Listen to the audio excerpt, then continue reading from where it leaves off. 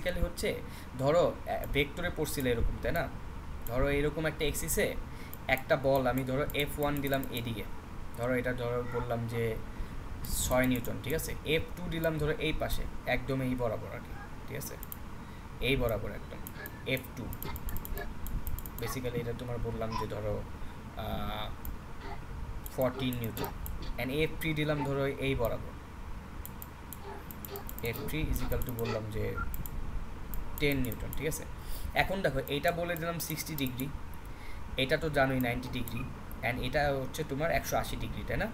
এখান থেকে যদি চিন্তা করো, তাহলে এই জিনিসটাকে আমি যখন করব, তাহলে এক্স কম যখন বের করব, তখন আমার কি কাজ করা লাগবে জানো? তখন আমার কাজ করা লাগবে হচ্ছে F1 ইন্টু হচ্ছে cos 60 degree plus F2 into হচ্ছে cos 90 degree plus F3 into হচ্ছে cos 180 ডিগ্রি, বুঝছো? তাহলে এখন F1, F2 এবং F3 এগুলোর ভ্যালু তো জানো, তাই না? এই যে 6, 14 অ্যান্ড 10, cos 90, cos 60 এগুলোর জন্য কি চেঞ্জ হবে না? তাহলে বেসিক্যালি হয়ে যাবে কি 14 ইন্টু cos 60 মানে কি হাফ হয়ে যাবে, সরি 6 ইন্টু cos 60 মানে কি হাফ, তারপরে cos 90 ভ্যালু কত 0, তাহলে 14 ইন্টু 0 প্লাস F3 হচ্ছে 10 ইন্টু cos 180 ডিগ্রি ভ্যালু হচ্ছে -1, তাহলে জিনিসটা হয়ে যাচ্ছে কত 3 প্লাস 14 ইন্টু 0 মানে 0, আর এখানে হচ্ছে -10, তাহলে বেসিক্যালি হয়ে যাচ্ছে -7। এটা হচ্ছে এক্স কম, বুঝছো? তাহলে ওয়াই কম কী হবে?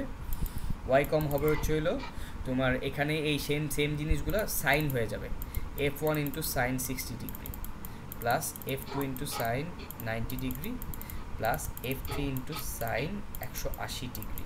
তাহলে এটা হয়ে যাবে হচ্ছে 6 ইন্টু √3/2 প্লাস 14 ইন্টু 1, আর এটা 0 হয়ে যাবে 10 ইন্টু 0, তাহলে আনসার হবে হচ্ছে কত 3√3 প্লাস 14, এটা হবে ওয়াই কম। তাহলে এই যে এক্স কম ওয়াই কম পাইলা, বুঝতে পারছো? এই যে আমি কাজ করলাম, এটাই হচ্ছে কি, এটাই হচ্ছে তোমার যখন একটা এরকম একটা সিস্টেমে দেওয়া থাকবে, এই অঙ্কটাই হচ্ছে একটু আগে করছো, বুঝছো? এই অঙ্কটাই মাত্র এখানে করছো আর কি। সো এইভাবে আর কি তোমার এই অঙ্কগুলো করতে হবে আর কি, বুঝছো? তাহলে এই হলো। আচ্ছা, এটা বুঝতে পারছো তো যে J is equal to PF minus P initial, বুঝছো? এখন ধরো আমি তোমাকে একটি সিম্পল এক্সাম্পল দেখাবো। এখানে একটা বাস, ঠিক আছে, এম ভরের, ধরো এটা 500 কেজি দিলাম, যদি এত বেশি হয় না, আচ্ছা যাক সমস্যা নেই দিলাম। এখানে ধরো একটা কার, জিপ কার হতে পারে, যেটা হতে পারে, এটার ভর ধরো 300 কেজি, ঠিক আছে। এ ধরো এইদিকে আসতেছে, এর ইনিশিয়াল বেগ, ইনিশিয়ালি কততে চলতেছে ধরো 30 মিটার পার সেকেন্ড, আর ইনিশিয়ালি ধরো কততে চলতেছে 25 মিটার পার সেকেন্ড, ঠিক আছে। এরা দুজন আসার পর এখানে আসা মুখোমুখি সংঘর্ষ হবে, এই জায়গাটায় আসে, ঠিক আছে, মুখোমুখি সংঘর্ষ হয়েছে, এই দিক দিয়ে আসে এখানে আসছে, এই দিক দিয়ে আসে এখানে আসে, মুখোমুখি সংঘর্ষ হয়েছে। এই সংঘর্ষ পরে তাদের দুজন কম্বাইন্ড হয়ে গেছে, তারা দুজন কম্বাইন্ড এভাবে একদম লেগে গেছে। তাহলে কম্বাইন্ড বেগটা কত, বি ফাইনালটা কত তোমাকে বের করতে হচ্ছে। তাহলে কীভাবে বের করবে? এই ক্ষেত্রে তোমার যেই কাজটা করতে হবে সেটা হচ্ছে কনজারভেশন ল অফ মোমেন্টাম, এই জিনিসটা তোমাকে করতে হবে, ঠিক আছে। কনজারভেশন ল অফ মোমেন্টাম, এই জিনিসটা তোমাকে করতে হবে। এই জিনিসটা বেসিক্যালি কি, এই যে এম যেটা বাস, এম বি ইন্টু হচ্ছে U B plus M C into U C equal to হবে কি M B into V B plus M C into V C, ঠিক আছে। এটা মানে কি, মানে হচ্ছে এদের আদি বেগ এবং ভরের গুণফল, এর আদি বেগ এবং ভরের গুণফল, এটার ফাইনাল বেগ এবং ভরের গুণফলে সমান হবে, ঠিক আছে, এই দুটো সমান হবে। এখন এদের ফাইনাল বেগটা তো সমান হয়ে যাবে, বিকজ এরা কম্বাইন দিয়ে একে অপরের ভিতরে ঢুকে গেছে, এই যেভাবে এসে কলিশন হওয়ার পরে বাসটার ভিতরে ধরো কাঠটা ঢুকে গেছে। তাহলে সেই ক্ষেত্রে এখানে এফ সি এবং এফ পির জায়গায় বিএফ লিখতে পারো। তাহলে এখানে লিখতে পারি M B plus M C into VF, ঠিক আছে। আর এখান থেকে আমি এগুলো বের করতে পারবো ইজিলি, তাই না? 500 ইন্টু কি করতে পারবো, এই যে এখানে 30 ছিল প্লাস এখানে ছিল হচ্ছে 300 ইন্টু হচ্ছে এখানে 25, তাহলে যোগ করে বের করতে পারবো না? তাহলে এখান থেকে বিএফ পাবা, এখন বিএফ এর ভ্যালুটা বের করতে পারবা? হ্যাঁ পারবো। সো এই জিনিসটাই হচ্ছে তোমার পরীক্ষা হলে আসবে। এখন ধরো যদি বলতো যে কম্বাইন্ড হয় নাই, এরা দুজন আবার লাগার পরে একে অপরের ডিরেকশনে গেছে, তখন ধরো একজনেরটা বলে দিল, ধরো বি বাসটা হচ্ছে এত বেগে এই পাশে গেছে বা এত বেগে এই দিকে গেছে, তাহলে তুমি কি আরেকটা কি ইজিলি বের করতে পারবে না এই সূত্র থেকে? হ্যাঁ এই জিনিসগুলো পরীক্ষা হলে আসে। তারপরে আরও কি আছে, গানের জিনিস আছে। ধরো একটা বুলেট, একটা গান থেকে একটা বুলেট ফায়ার করছে, ঠিক আছে? এই হলো একটা গান, এই হচ্ছে বুলেট।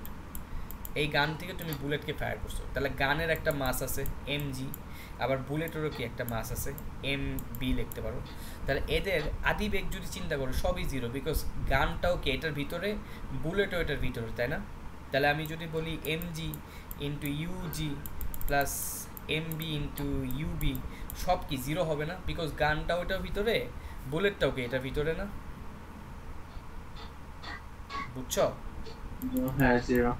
mg ইন্টু ভিজি প্লাস mb ইন্টু ভিবি, এই হলো আমার মেইন জিনিস। এখন ফাইনালি যখন বুলেটটাকে মারবা, বুলেটটা যখন বের হবে, সেটাই কি তার ফাইনাল বেগ না?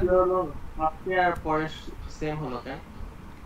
হ্যাঁ হ্যাঁ হ্যাঁ, ফার্স্টে দিছেন এমইউ, তারপর হচ্ছে এমইউ না, এমজি এমজি ও এমজিজি আচ্ছা। জি, মাউসে দিয়ে লিখতেছি তো এই জন্য সমস্যা হয়েছে, বুঝতে পারছো? তাহলে এই যে mg এবং ইউজি এটা জিরো কেন? কারণ ধরো গানের মাস হচ্ছে, আমি ধরো 100 কেজি দিলাম, 100 ইন্টু এটাও জিরো, প্লাস বুলেটের মাস ধরো 0.5 কেজি, তাহলে এটাও তো জিরো, বিকজ সবই জিরো, বিকজ এখানে সবগুলো গুলিটা এটার ভিতরেই আছে, এখনও কিছু হয়নি। যখন তুমি ট্রিগার দাবাইছো, যখন গুলিটা করছো, এরপরে তোমার বুলেটের ফাইনাল বেগ হচ্ছে ধরো 500 মিটার পার সেকেন্ড, অনেক দূরে যায় বুলেট, বুলেটের বেগ হচ্ছে 0.5, ভর হচ্ছে 0.5, আর হচ্ছে বেগ হচ্ছে 500 মিটার পার সেকেন্ড। কিন্তু এই যে এটার বেগ কত, এটার বেগ কি তুমি জানো? জানো না। এটার বেগ আমি ধরো তোমাকে বের করতে বললাম, এটার মাস তো তুমি জানো 100 কেজি ইন্টু ভিজি, তাহলে ভিজিটা বের করতে পারবে না? এখন এই বলটা ভিজিটা নেগেটিভ হবে নাকি পজিটিভ হবে? নেগেটিভ হবে না কেন? কারণ হচ্ছে এই বুলেটটা যখন এইদিকে যাবে, এই ভিজিটা কি এই দিকে আসার চেষ্টা করবে না? এই জন্যই তুমি ধরো গান যখন ইউজ করে তখন সোলজারদের অনেক শক্তি নিয়ে ধরে থাকতে হয়, নাহলে বুলেট তার নিজের দিকে এসে তার ঘাড়ের মধ্যে এসে আঘাত করবে বা তার হাত থেকে ছুটে যেতে পারে, বিকজ তার রিয়াকশন ফোর্সটা অত বেশি থাকে, বুঝছো? তাহলে এই ধরনের জিনিসপত্রই আমরা মোমেন্টামের, এই লিনিয়ার মোমেন্টামের ইয়ার থেকে পাবো আর কি। সো এই ধরনের অঙ্ক পারবে এখন, এগুলো যদি আসে, ঠিক আছে? এই যে কনজারভেশন ল অফ মোমেন্টাম, বুঝছো? তাহলে পারবা না এগুলো এখন? তাহলে আজকে এই পর্যন্তই থাক। এগুলো হচ্ছে কনজারভেশন ল অফ মোমেন্টামের